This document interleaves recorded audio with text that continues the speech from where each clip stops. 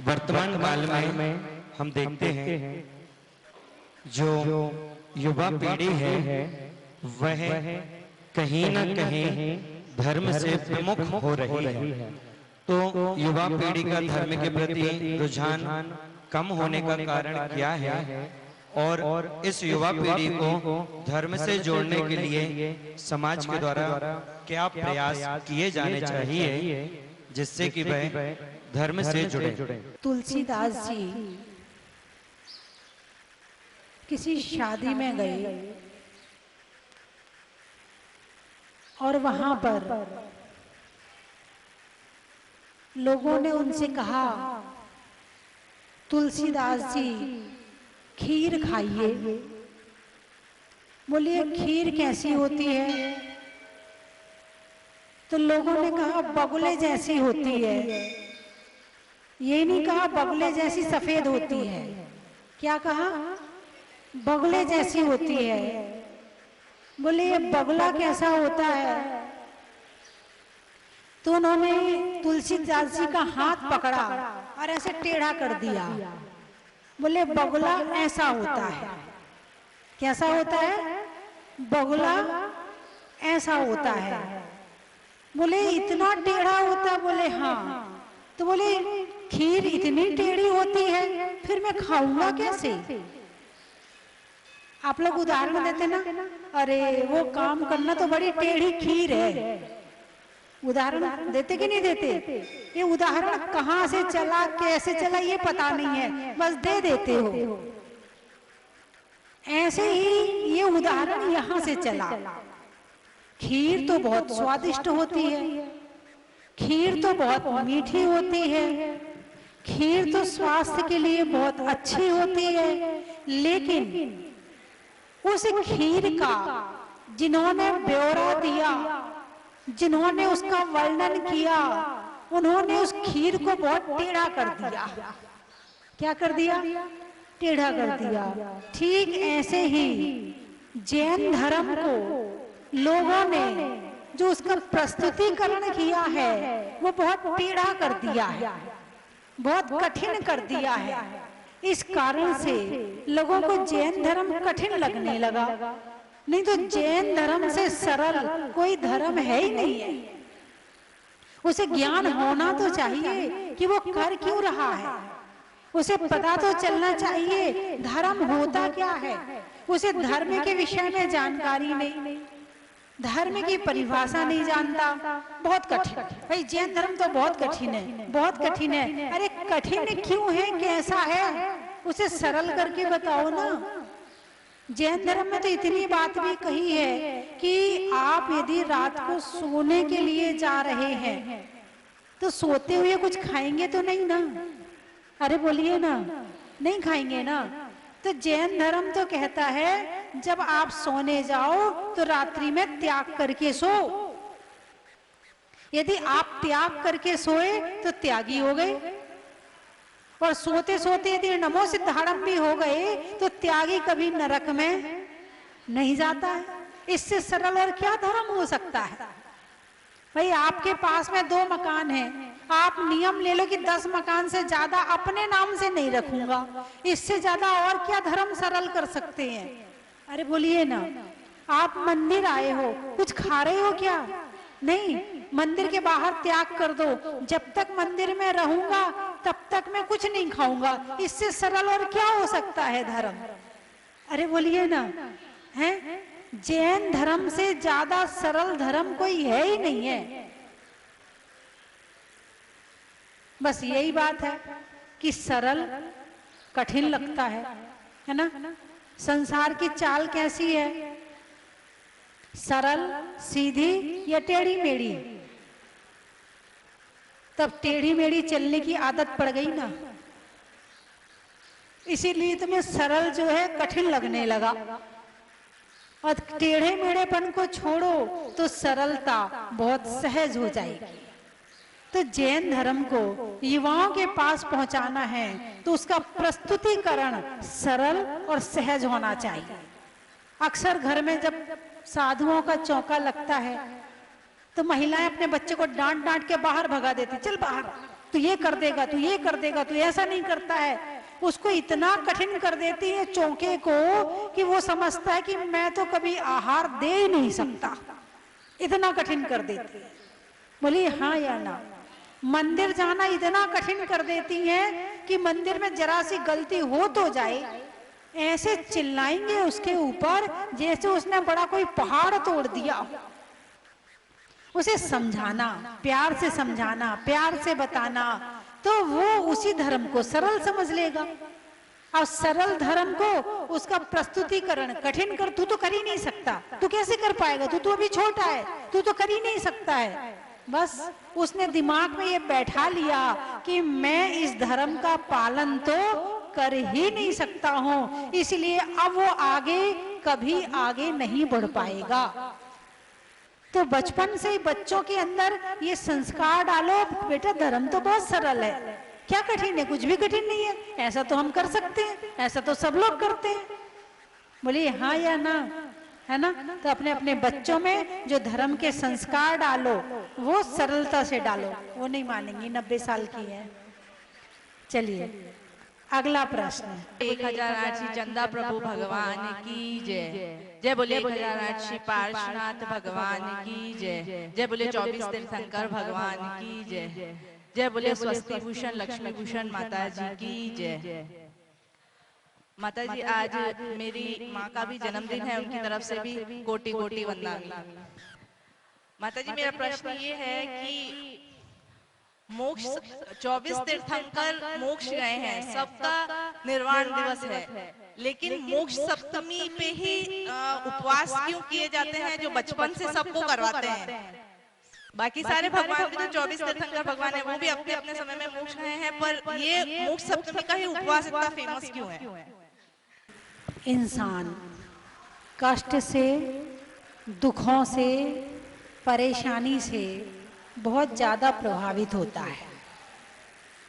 24 तीर्थंकर में सबसे ज्यादा संकट कौन से भगवान के ऊपर आए? अरे बोलिए ना। अच्छा, तो क्या संकट आए भगवान के ऊपर? कमठ ने उपसर्ग किया। अच्छा, कमठ ने ही उपसर्ग किया था या किसी और ने भी किया था? तो कमठ तो भगवान के 9 भाव पहले का नाम है, जो मरुभूति और कमठ 9 भाव पहले में थे, लेकिन हमने 9 भावों में भी और 10वें भाव में भी उसका नाम कमठ ही रख दिया। वो कमठ नाम से ही फेमस हो गया। पारसनाथ प्रभु के ऊपर उपसर्ग किसने किया था? काल संवर देव ने। किसने किया था? और हम क्या कहते हैं? कमठ ने उपसर्ग किया, यही कहते हैं ना। तो 10 भाव तक बदला लिया, एक ने कष्ट दिया और एक ने क्षमा करी, ठीक है ना। एक ने क्रोध किया और एक ने क्षमा करी। आप किनके भक्त हैं? अरे बोलिए ना। क्षमा के भक्त हैं, यानी पारसनाथ के भक्त हैं। काम किसके करते हो? भक्त किसके हो? पारसनाथ के। काम किसके करते हो? भाई जो जिसका काम करेगा उसका भक्त हुआ ना। पूजा तो करते हैं पारसनाथ की और वहां प्रोग्राम बनाते हैं। अब घर जाके आज देखूंगी उसको, उसने ऐसा ऐसा कह दिया था। पूजा किसकी चल रही है? पारसनाथ की। और काम किसके चल रहे हैं? कमठ के। तो पारसनाथ भगवान के ऊपर कमठ ने 9 भाव तक उपसर्ग किया। कितने भाव तक? 9 भावों तक उपसर्ग किया। और ऐसा नहीं कि कोई 2 गाली देती हो या थप्पड़ मार दिया हो या जरा कुछ कह दिया हो, ऐसा नहीं। हत्या करी, हत्या। कभी भगवान मुनिराज के रूप में बैठे हैं, ये भील है तो तीर से पूरा शरीर छेद दिया। कभी वो हाथी बने तो कुक्कुट सर्प बनके उनको डस लिया। जब अंतिम भाव में पारसनाथ बने तो ये व्यंतर बना, और व्यंतर बनके ओले शोले पत्थर पानी बरसाकर की थी मनमानी। लेकिन एक तरफ तो क्रोध ही क्रोध और एक तरफ क्षमा ही क्षमा। हर बार क्षमा स्वर्ग गई और हर बार क्रोध, अरे बोलिए ना, हर बार क्रोध कहाँ गया? नरक में गया। और क्षमा कहाँ गई? स्वर्ग में गई। और अंत में जब कमठ बन के उपसर्ग किया और प्रभु को केवल ज्ञान हुआ तो आ गया समो शरण में, बैठ गया भगवान के चरणों में, प्रभु क्षमा कर दो। कमठ भी की गाड़ी भी लाइन पे आ गई, भगवान क्षमा कर दो, गलती हो गई। कितनी गलती हो गई? एक भाव नहीं, दो भाव नहीं, 10 भावों तक गलती हुई। आज आप लोग भगवान पार्श्वनाथ के चरणों में बैठकर उनकी भक्ति कर रहे हैं, उनकी पूजा कर रहे हैं, उनका अभिषेक किया, शांति धारा की, लड्डू चढ़ाया। तो जो भगवान ने किया था वो करने के लिए, या जो कमठ ने किया था वो करने के लिए? किसी से बैर तो नहीं है आपका? अरे बोलिए ना। अच्छा, कोई बताएगा नहीं मुझे? चलो अच्छा, मत बताओ। अपने आप को तो बता सकते हो, खुद को तो पता है ना कि तुम्हारा बैर किससे है। यदि आप वास्तव में भगवान पार्श्वनाथ के भक्त हैं तो जो बैर की गांठ हो खोल लेना आज, कि भगवान पार्श्वनाथ आप क्षमा के धारी हैं और मैं आपका भक्त हूं, तो मैं आपके जैसे बनना चाहता हूं, और जिनके प्रति बैर भाव है आपका, मैं उनको क्षमा करता हूं, और आई एम सॉरी, मैं उनसे क्षमा मांगता। ऐसा कर सकते हो औरंगाबाद वाले? ऐसा कर सकते हो? हाँ या ना? कौन कौन पारसनाथ के भक्त हैं? जो पारसनाथ का भक्त है वो कर लेगा, और जो कमठ का भक्त है, अरे बोलिए ना, वो नहीं करेगा, बिल्कुल नहीं करेगा। मैं कैसे झुक जाऊं? गलती उसकी है, चाहे उसके लिए सालों खर्च करने पड़े उसे, चाहे उसके लिए नरक जाना पड़े उसे, लेकिन वो बैर छोड़ने वाला नहीं है। और जिसका समय अच्छा आ गया है, जिसका समय सही आ गया है, आई एम सॉरी करके गांठ खोल लेगा और आराम से जिएगा। और गांठ ना खोलो तो चलो एक काम कर लो, जिससे तुम्हारी बोलचाल बंद है उससे जय जिनेंद्र कर लेना, बस इतना तो कर सकते हो। अरे बोलिए ना, रोज जब भी मिले तो उसकी तरफ देखना है, मुस्कुराना है और जय जिनेंद्र करना। सामान्य जय जिनेंद्र नहीं करना है, मुस्कुरा के जय जिनेंद्र करना है। ऐसे नहीं कि माता जी ने कहा जय जय जिनेंद्र, हाँ आप कहा तो है ही, करना तो पड़ेगा, नियम तो लिया है। हाँ, ऐसे जय जिनेंद्र नहीं करना, देखना है, मुस्कुराना है, हाथ जोड़ना है। बहन जी हो तो बहन जी जय जिनेंद्र, आंटी, देवरानी, जिठानी, संबोधन जो भी हो, भाभी हो, नंद हो, भौजाई हो, भाई हो, हैं भैया जय जिनेंद्र, जो भी हो उसका संबोधन करके पूरा जो कायदा होता है जय जिनेंद्र करने का, क्या क्या चीजें होनी चाहिए जय जिनेंद्र करने में, तो सबसे पहले हाथ जोड़े होने चाहिए। दूसरी बात, चेहरे पर मुस्कुराहट होना चाहिए। तीसरी बात, नजर मिलानी चाहिए, और फिर संबोधन, और फिर जोर से। ऐसा नहीं कि आजकल तो लोग जय जिनेंद्र करने में भी इतनी कंजूसी करते हैं, मुंह से पूरा भी नहीं निकलता जय जिनेंद्र, मुंह से पूरा भी जय जिनेंद्र नहीं निकलता। अरे आप कुछ नहीं कर रहे हो। जय जिनेंद्र शब्द क्या कहता है? जिनेंद्र भगवान की जय हो। आपने उसका सम्मान थोड़ी किया है, आपने क्या किया है? जिनेंद्र भगवान की जय करी है। आपने किया तो उसने भी कर ली, आपने एक बार करी, 2 बार करी और उसने नहीं करी आपसे, फिर आप क्या करोगे? आप भी छोड़ दोगे? अरे बोलिए ना, वो करता ही नहीं है, वो जवाब ही नहीं देता है, फिर मैं कैसे करूं? मैं भी नहीं करूंगा। ऐसा विचार करके जय जिनेंद्र करना लोग छोड़ देते हैं। जय जिनेंद्र तो करते रहिए, जो मिले, बच्चा मिले, बूढ़ा मिले, सबसे करते रहिए। तो प्रश्न ये था कि पारसनाथ भगवान का मोक्ष कल्याणक में क्यों उपवास करते हैं, बाकी में क्यों नहीं करते हैं? सबसे पहली बात, सोनागिर के पर्वत पर यदि सबसे ज्यादा मंदिर हैं तो पारसनाथ भगवान के और नेमिनाथ भगवान के हैं। कल नेमिनाथ भगवान का कल था और आज पारसनाथ भगवान का है। आज तारीख कितनी है? तीर्थंकर कौन से नंबर के हैं? नेमिनाथ भगवान कौन से नंबर के हैं? कल की तारीख कितनी थी? कितनी अच्छी मैचिंग है, कितनी अच्छी मैचिंग है। और हमारे आज दिल्ली वाले भाई और मेड़ता सिटी वाले और हमारी दीदियों ने मिलकर, हैदराबाद वालों ने मिलकर आज अभिषेक किया, शांति धारा की, लड्डू चढ़ाया और आज प्रतिमा की, आज सहस्त्रकूट में प्रतिमा विराजमान की। तो आज जिन्होंने प्रतिमा विराजमान करी है, आज उनकी प्रतिमा पार्श्वनाथ भगवान की विराजमान होगी।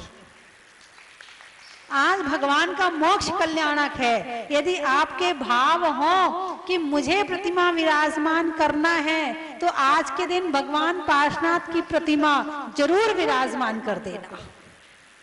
अरे बोलिए ना, हाँ, करने वालों ने तो करी दी, हाजी वाले हाजी तो कर ही लो, और ज्यादा कुछ ना कर पाओ तो ताली तो बजाई लो जिन्होंने करी है। बंधुओं, लोग दुख से प्रभावित होते हैं। किससे? दुख से प्रभावित होते हैं। सामने वाला कहीं कोई जा रहे हो आप और किसी 2 जनों का झगड़ा हो रहा हो तो तेज मोटरसाइकिल धीमी हो जाएगी। क्या हो रहा, जरा देखूं सही, धीमी हो गई और लगेगा कि हाँ कोई अपनी पहचान का है, तो थोड़ा किनारे खड़े होके तमाशा भी देख लोगे। लड़ाई हो रही ना, देख लोगे कौन किसको पीट रहा है, कौन किसको मार रहा है, क्या चल रहा है, किस लिए लड़ाई हो रही है, अट्रैक्शन। और कोई अच्छा काम हो रहा, कहीं प्रवचन चल रहे हैं तो बैठे भी होंगे तो उठ के चले जाएंगे, और लड़ाई झगड़ा हो रहे होंगे तो जा भी रहे होंगे तो खड़े होके देखेंगे। ये अट्रैक्शन है नेगेटिव का, ये अट्रैक्शन है लड़ाई का, दुख का। कोई पिट रहा है और तुम्हें आनंद आ रहा है, किसी को कष्ट हो रहा है और तुम्हें आनंद आ रहा है, तुम दुख से प्रभावित होते हो। इसी कारण से जो अखबार बिक रहे हैं ना, केवल इसी थीम पर बिक रहे हैं। यदि अखबारों में कष्ट के, दुख के, हैं, परेशानी के समाचार छपने बंद हो जाएं, अखबार में प्रवचन छपने शुरू हो जाएं, अखबार में सुख की खबरें छपनी शुरू हो जाएं, अखबार बिकना बंद हो जाए। उसकी बीवी भाग गई, उसने उसकी हत्या कर दी, वहां पे ट्रक पलट गया, वो नेता ने उसके साथ ऐसा कर दिया। कितना मजा आता है पढ़ने में। और सुबह सुबह अखबार लोग क्यों पढ़ते हैं? क्योंकि दूसरे के दुख पढ़ के थोड़ी देर के लिए सुखी हो जाते हैं। चलो इसके साथ ऐसा हुआ, इसकी बीवी भागी है, मेरी तो सही है, थोड़े से सुखी हो गए। चल उसकी प्रेमिका ने ऐसा किया है, मेरी तो सही है। बोलिए हाँ या ना? जो अखबार पढ़ के थोड़े बहुत सुखी होते हैं, दूसरों के दुख में जो सुखी होता है वो रौद्र ध्यान है। और रौद्र ध्यान का मतलब होता है नरक जाने का रास्ता। जो दूसरों के दुख से सुखी होता है, अपने दुख से ना तो दुखी है और अपने सुख से ना तो सुखी है, दूसरों के दुख से सुखी है और दूसरों के सुख से दुखी है। दुख का कारण इंसान के पास कम है, दूसरों का सुख दुख का कारण ज्यादा है। तो भगवान पार्श्वनाथ पर सबसे ज्यादा उपसर्ग हुए। चिंतामणि पार्श्वनाथ, संकट हरण पार्श्वनाथ, है ना, और विघ्न हरण पार्श्वनाथ, संकट मोचक पार्श्वनाथ, यानी सबसे ज्यादा अतिशय क्षेत्र यदि है तो पार्श्वनाथ के हैं। अब मैंने भी बड़ा चिंतन किया कि पार्श्वनाथ जी के जो मंदिर सबसे ज्यादा क्षेत्र ज्यादा क्यों है। तो जब भगवान ध्यान में बैठे हैं और कमठ ने के जीव ने आकर उपसर्ग किया, और जब उपसर्ग किया तो उनकी रक्षा करने कौन आए थे? धर्मेंद्र और पद्मावती। वो धर्मेंद्र पद्मावती बने कैसे थे? परस्परग्रहो जीवानाम, तुम हमारा उपकार करो, हम तुम्हारा उपकार करें। प्रभु ने पहले उन्हें नमोकार मंत्र सुनाया था नाग नागनी की पर्याय में, तो वो मर करके धर्मेंद्र पद्मावती बन गए थे। और जब प्रभु पर उपसर्ग आया तो फिर उस उपसर्ग को दूर करने धर्मेंद्र पद्मावती आ गए थे। यानी हमें अच्छे काम करते रहने चाहिए, ऐसा नहीं वो जाने उसका काम जाने। जब वो हमारे काम नहीं आया तो हम उसके काम क्यों आए? ऐसे बदले की भावना से कभी भी काम नहीं करने चाहिए। भगवान ने ये विचार करके उनको नमोकार मंत्र सुनाया था कि ये आगे हम पर जब उपसर्ग हो तो ये हमारे काम आएंगे। अरे बोलिए ना, नहीं, उनने देखा अरे ये जलते हुए नाग नागनी मरने की अवस्था में है, नमोकार मंत्र सुना दिया। मुझे मन में भाव आया कि सुनाना है, सुना दिया। वो मेरे काम आए इसलिए नहीं सुनाया था। तुम भी किसी की सेवा करो, किसी की सहायता करो, किसी का उपकार करो तो ये सोचकर मत करो कि ये मेरे काम आएगा। तुम ये सोचकर करो कि मेरे मन में भावना आई, मुझे इसलिए करना है ना। तो इस तरह से उपसर्ग हुआ। सबसे ज्यादा क्षेत्र पार्श्वनाथ भगवान के। तो धर्मेंद्र पद्मावती जो हैं भगवान के जो देव होते हैं, देव देवी होते हैं ना, यक्ष यक्षिणी होते हैं, वो धर्मेंद्र पद्मावती हैं। ठीक है। अब वो जो भगवान की रक्षा करी और जो भगवान के पास आया तो उनकी रक्षा करनी भी शुरू कर दी। इसीलिए अतिशय क्षेत्र ज्यादा है ना। और पार्श्वनाथ भगवान सम्मेय शिखर से सबसे अंतिम में मोक्ष पधारी है, सबसे आखिरी में। भगवान महावीर कहां से गए? पावापुर से। तो अंतिम तीर्थंकर कौन हुए सम्मेय शिखर के? पार्श्वनाथ भगवान। बस चढ़ते जाओ और कहते जाओ जय पारस जय पारस जय पारस, है ना। तो बंधुओं, ये कारण भी है। और मुकुट सप्तमी, मुकुट के समान भगवान पार्श्वनाथ शोभायमान सम्मेय शिखर में सबसे ऊपर है। बहुत ऊंची टोंक है, चढ़ते चढ़ते थक जाते, लेकिन आखिरी में है। चलो अब बस थोड़ी शांति भी मिल जाती है ना। तो इसीलिए, और शायद कोई कथा भी आती है मुकुट सप्तमी की, इसकी मैंने शायद पढ़ी नहीं, कथा आती है। यदि होगी तो मैं आपको कल बताऊंगी, या आप जब पूछेंगे तब बताऊंगी कि मुकुट सप्तमी की क्या कथा है? नहीं, घर में जाके टीवी में देख लेंगे ना। रुक जाएंगे तो रुक जाएंगे, जाएंगे तो टीवी में देख लेंगे। मैं इन्हें सुनाने के लिए इनके घर पहुंच जाऊंगी। ठीक है ना, है ना। तो इसलिए हमारे पार्श्वनाथ जी भगवान के भक्त बहुत ज्यादा हैं। मुनि श्रुतनाथ भगवान के भक्त तो अभी 10 साल से ज्यादा हाँ हो रहे हैं, जब से जहाजपुर की प्रतिमा निकली है तब से। ठीक है, चलिए और कोई प्रश्न? जब हम क्षेत्रों पे निकलते हैं दर्शन करने के लिए, हमारे पैरों में चप्पल रहती है और हम चाहते हैं कि हम भगवान का नाम लेते हुए चले, तो हम जब चप्पल पहने हुए रहते हैं तो हमें भगवान की माला या भगवान के नाम लेते हुए चलना चाहिए, तो हमें उसका पाप या दोष कितना लगेगा? कि भगवान का नाम जाप के रूप में अनुष्ठान में भी लिया जाता है, जो आप माला फेरने का संकल्प लेते उसमें भी लिया जाता है, और जब पूजा करते हो तो आप पवित्र है पवित्रो वा सुस्थितो दुस्थितो अपि वा, चाहे आप पवित्र अवस्था हो चाहे पवित्र अवस्था हो, मन में आप भगवान का नाम कभी भी ले सकते हैं। खेत में खाद का, नहीं होने में विवाद का, और आने वालों में हैदराबाद का। बड़ा ही महत्व। नहीं होने में कमठ का, नहीं कमठ नहीं बनना, नहीं बनने में कमठ का, हरिद्वार में मठ का, और आने वालों में मेरठ का। बड़ा ही महत्व। और कहाँ से आए हैं? बालाघाट। अच्छा, बनिया में बाट का, गांवों में खाट का, और आने वालों में बालाघाट का। फिरोजाबाद।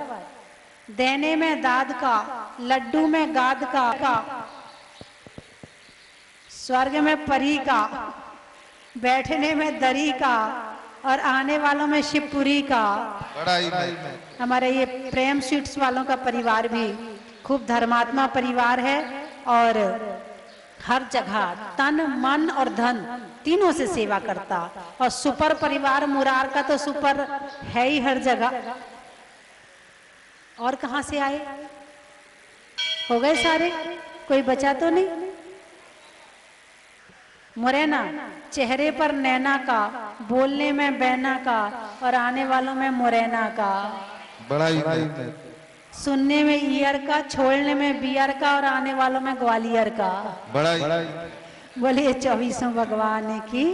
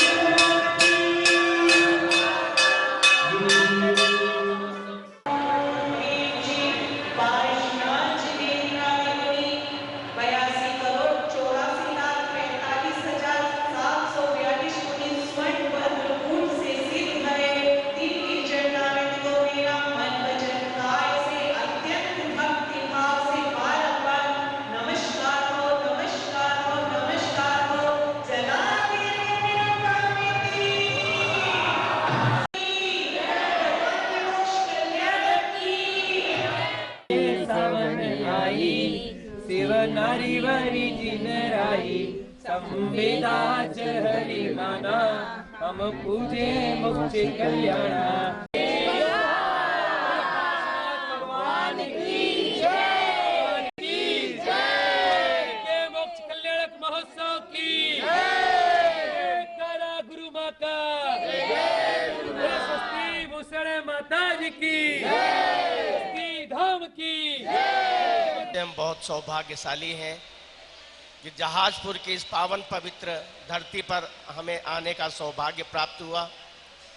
आज प्रभु महावीर भगवान से मैं प्रार्थना करता हूं, उनके चरण वंदन करता हूं, स्तुति करता हूं।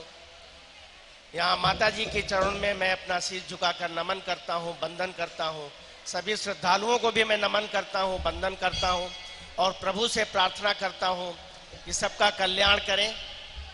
जो श्रद्धालु यहाँ पर आज आए हैं, निश्चित ही आज मोक्ष का दिन है, सबको मोक्ष की प्राप्ति हो। जो नहीं आए हैं उनका भी कल्याण हो, जो कभी नहीं आए हैं उनका भी कल्याण हो और उनमें बुद्धि दें कि वो यहाँ पर आना शुरू करें। ऐसे धाम पर आने पर निश्चित रूप से एक अलग सकारात्मक ऊर्जा का संचार होता है।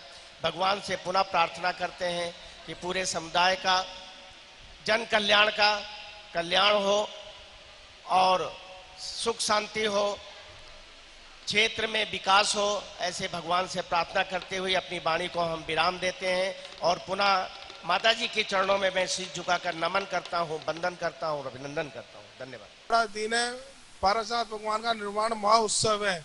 मुझे तो उम्मीद नहीं थी कि मैं आज सुबह पहले आ पाऊंगा। पता नहीं क्या हुआ, मेरे ड्राइवर का ही फोन आ गया मेरे पास सुबह 4 बजे। बोला भाई साहब चलो आज मंदिर चलते हैं। तो मैंने बोला आजा भाई घर सुबह 4 बजे। मुझे तो उम्मीद नहीं थी। और इस भगवान में इतना बड़ा अतिशय है, जो हर 3 महीने में एक बार यहाँ आ जावे तो वो इस जन्म में तो दुखी हो ही नहीं सकता। ये मेरा अनुभव है, आगे के भाव का तो पता नहीं। इस जन्म में तो वो कभी दुखी नहीं हो सकता, हर 3 महीने में एक बार आ जाए।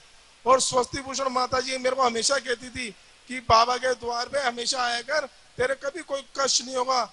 और उनकी माता जी, अर्धमती माता जी, जिनका ऊपर मेरे ऊपर हमेशा सदैव हाथ रहता है, बोला कि तू हमेशा भाव अच्छे रखा कर, हमेशा मन से काम करा कर, तेरा कोई काम नहीं अटकेगा।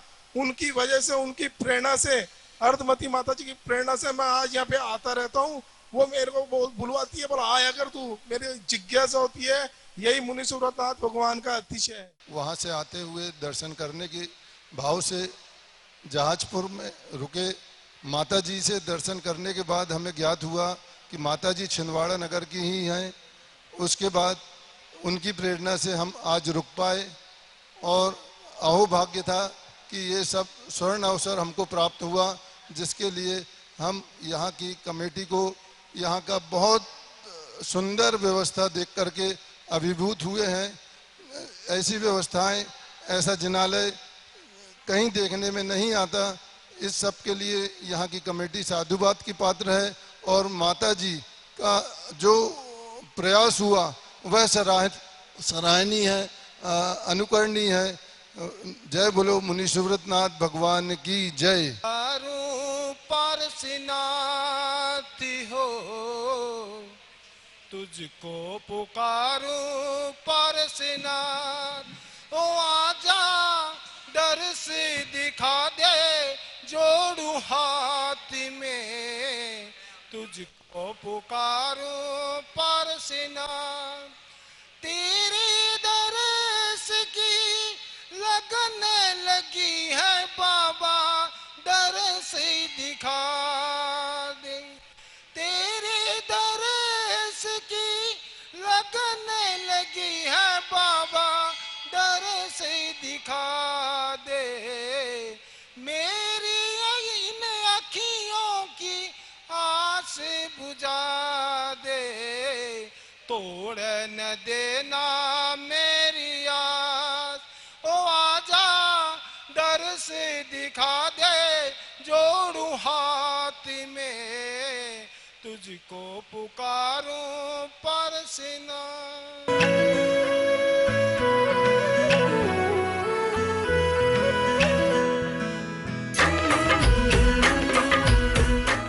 40 दिन तक 40 बार पढ़ते जो भविमान, बुद्धि शुद्धि धन हो अतुल, होवे सम्यक ज्ञान।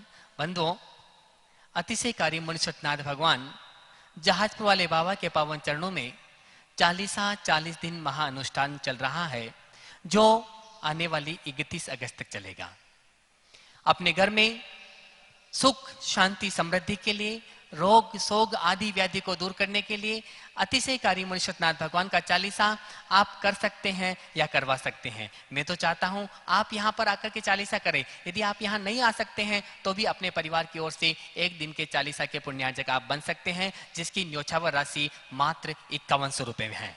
बंधुओं, उस दिन जो शांति धारा होगी उसमें भी आपके परिवार का नाम बोला जाएगा। तो एक महासौभाग्य आपको बुला रहा है, आप अपनी स्वीकृति स्वस्ति धाम पर दे सकते हैं। धन्यवाद। चन की थाल को सजाओ रे आज, रत्नों की थाल को भर लाओ रे आज, आओ आओ करे रे गुणगान आरती भगवन की, आओ आओ करे गुणगान आरती भगवन की, आओ आओ करे रे गुणगान आरती भगवन की।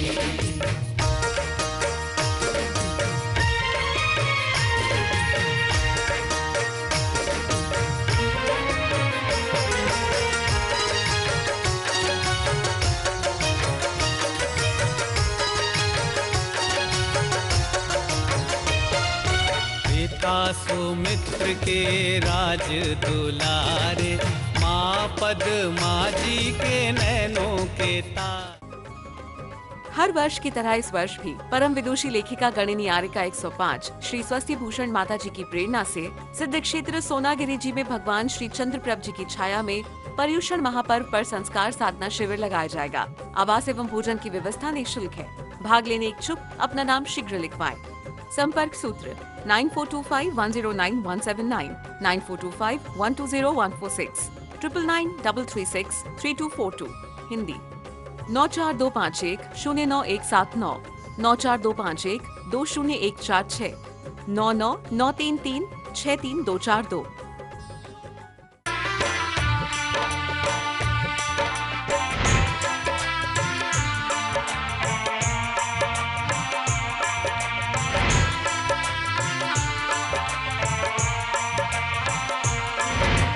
चलो रे चलो रे चलो चलो रे चलो रे चलो चलो जहाजपुर।